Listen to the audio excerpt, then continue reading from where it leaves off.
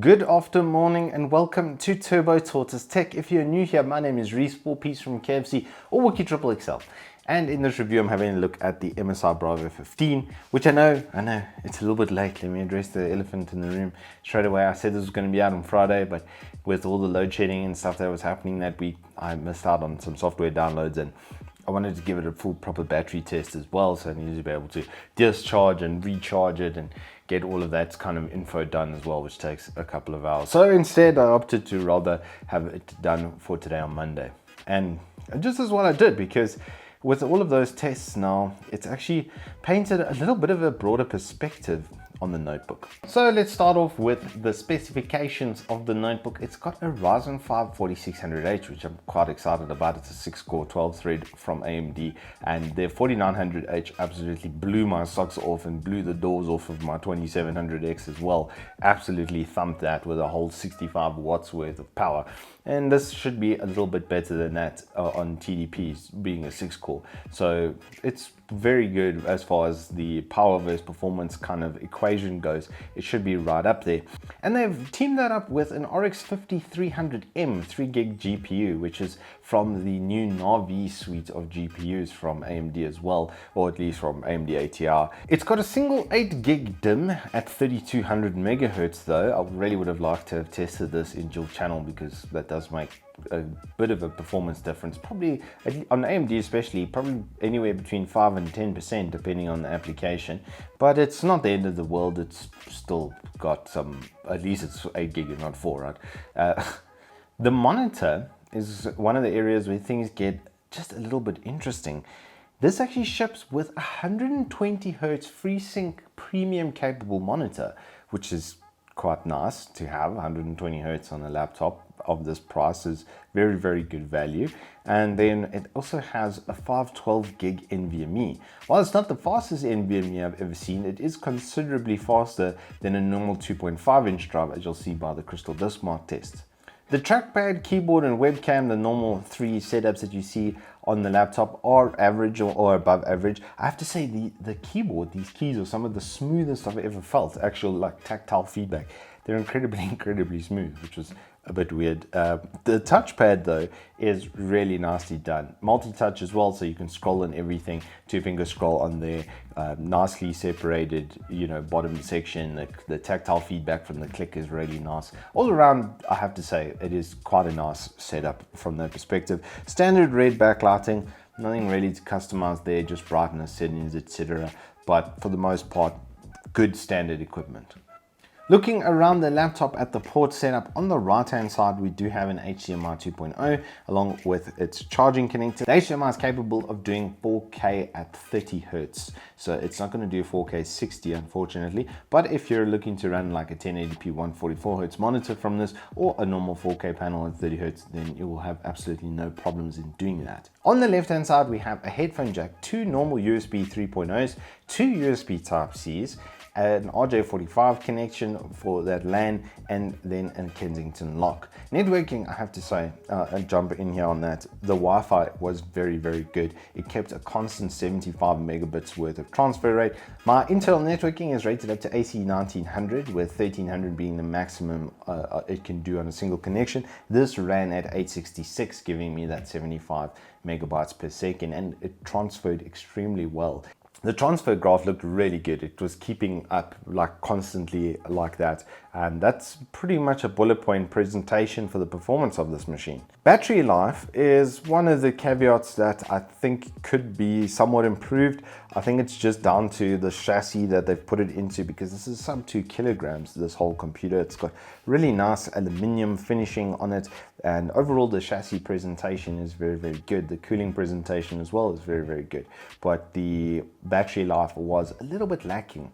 And a 51 watt hour battery, it got a 5 hours worth of continuous video playback. to do that test, I have movies that I run on the notebook, which I then set the notebook monitor to 60% of its total brightness, and then I set the volume to 60% to simulate as if you were on a plane watching movies, etc. Something to that effect, and that would be more than enough for you to be able to see and hear absolutely no problems.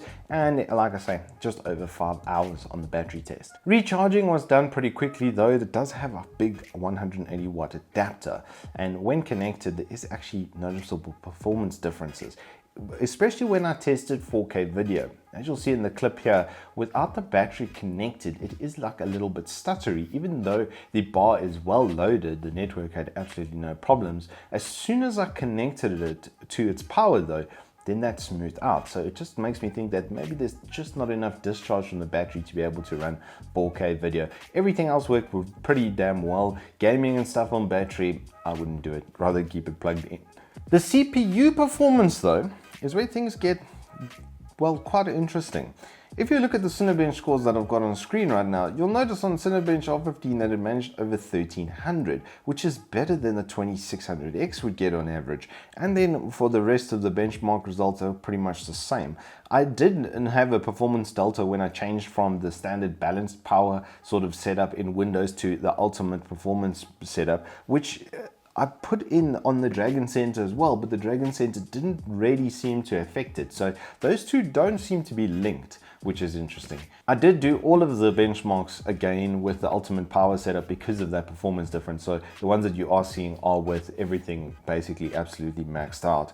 The graphics performance, if we have a look at the Firestrike results and TimeSpy results that I could do, it is pretty good. And you're looking at basically 50 FPS in most 1080p games like Fortnite and Battlefield and such. Now there actually is a really convenient little drop down on the Firestrike window or on the TimeSpy windows. And where the going got tough, like in TimeSpy, it actually rated the average slightly higher, which is interesting. Only 3 gigs of VRAM, so no TimeSpy Extreme. And I don't think with this kind of price laptop being about 16,000 Rand that you're going to be looking to do 4K gaming. And if you are, you're going to be very, very disappointed. One thing that has to be brought up now though is the noise and the stability factor. This had some of the most stable performance I've ever seen. The CPU literally fluctuated in the 0.1 megahertz range. The GPU didn't fluctuate too much, as you can see by the graph that's on your screen now. 99.6% of the baseline is very, very good. 99% is already, I say that that's the sweet spot. It needs a 97 to pass. So 99.6, you're literally having a 0.4% differential in the stress test. It's absolutely fantastic. When it is in gaming, the thing is extremely, extremely quiet. And when it is gaming, even with the fans at full chat, as you can see by the noise meter on your screen now, the noise wasn't too loud. It wasn't over the top. I never felt like it was bad, like I needed to have extra sound isolation. Normal set of headphones connected to this, you're not really going to hear it. Temperature and everything was controlled really well. That's why there was no thermal throttling. Taking all of that into consideration and looking at this package holistically, what I think MSI has done with this Bravo 15 is sort of reverse the role of where people would buy gaming laptops for development. This feels like it's more of a development laptop that can also do some gaming. The processing performance is absolutely fantastic at 1300 CB15. You're going to be able to render out of Premiere, of Photoshop, etc. with absolutely no issues. Having a 120 Hz FreeSync Premium monitor isn't going to hurt that either. It's really nice when you are editing 60 FPS video if your screen refresh rate is a little bit higher, because then if there are issues in your video, you can see it immediately. I really think as like I say, a design kind of going into a gaming vein, this is a really, really good value product at that. The only thing I would literally change on this entire spec at this price is pay for the extra RAM, get that extra 8 gig, then you've got 16 gig with this processor. You've got a proper development platform on the go. You're not going to be able to do 3D rendering or anything too crazy with that. You're still going to, 3D is a big puncher. You're still going to need like a 16 core. Even my 16 core takes days on renders, on big renders, like our intro, for instance. Each one of those scenes was literally like a 5-hour piece of render, and it chomped through that compared to our 8 cores that we had on the job at the time, of course. But with Adobe Suite and normal web development and that sort of stuff, this will absolutely crunch it. The price point is spectacularly good, considering that you get a 512 gig NVMe out of the box and you're getting this absolutely fantastic display. I really do like the finish, and the overall build quality is pretty damn good. We always do the lift test on the lid to see how far it comes up before the other edge comes up, and generally you're looking for as low a point as possible. Look at this, how low this is. It's really good. It's really nicely put together. I really like this new logo as well. The brushed aluminium is subject to some fingerprint marks and that sort of stuff, but keeping it clean isn't too much of an issue. Power button is nicely executed. I like the way they've done that. The keyboard with the function keys, everything felt very familiar in a good way. Final thoughts on this are the graphics performance is on par. It's in an average kind of zone for this kind of laptop, but the processing performance is way above par. And the fact that you get a 512 gig NVMe that is actually pretty fast, I mean much faster than a normal 2.5, 3 times faster in certain areas, and then this really beautiful 120Hz monitor. It's a really nice platform for that if you're doing audio engineering on the go or something to that effect. This is a really nice setup, especially with those Type-Cs. It's got the goods. It's got everything you could need within reason, let's put it that way. At the price point, it's really hard to beat, especially with CPU performance is concerned. And then, last but not least, they ship it with one of the best looking and most interesting backpacks I've ever seen. It's got like a double closing mechanism on top, so there's a zip that like does zip. I promise. I didn't break it yet. Please tell me I didn't break it yet. I had it inverted. My own stupidity.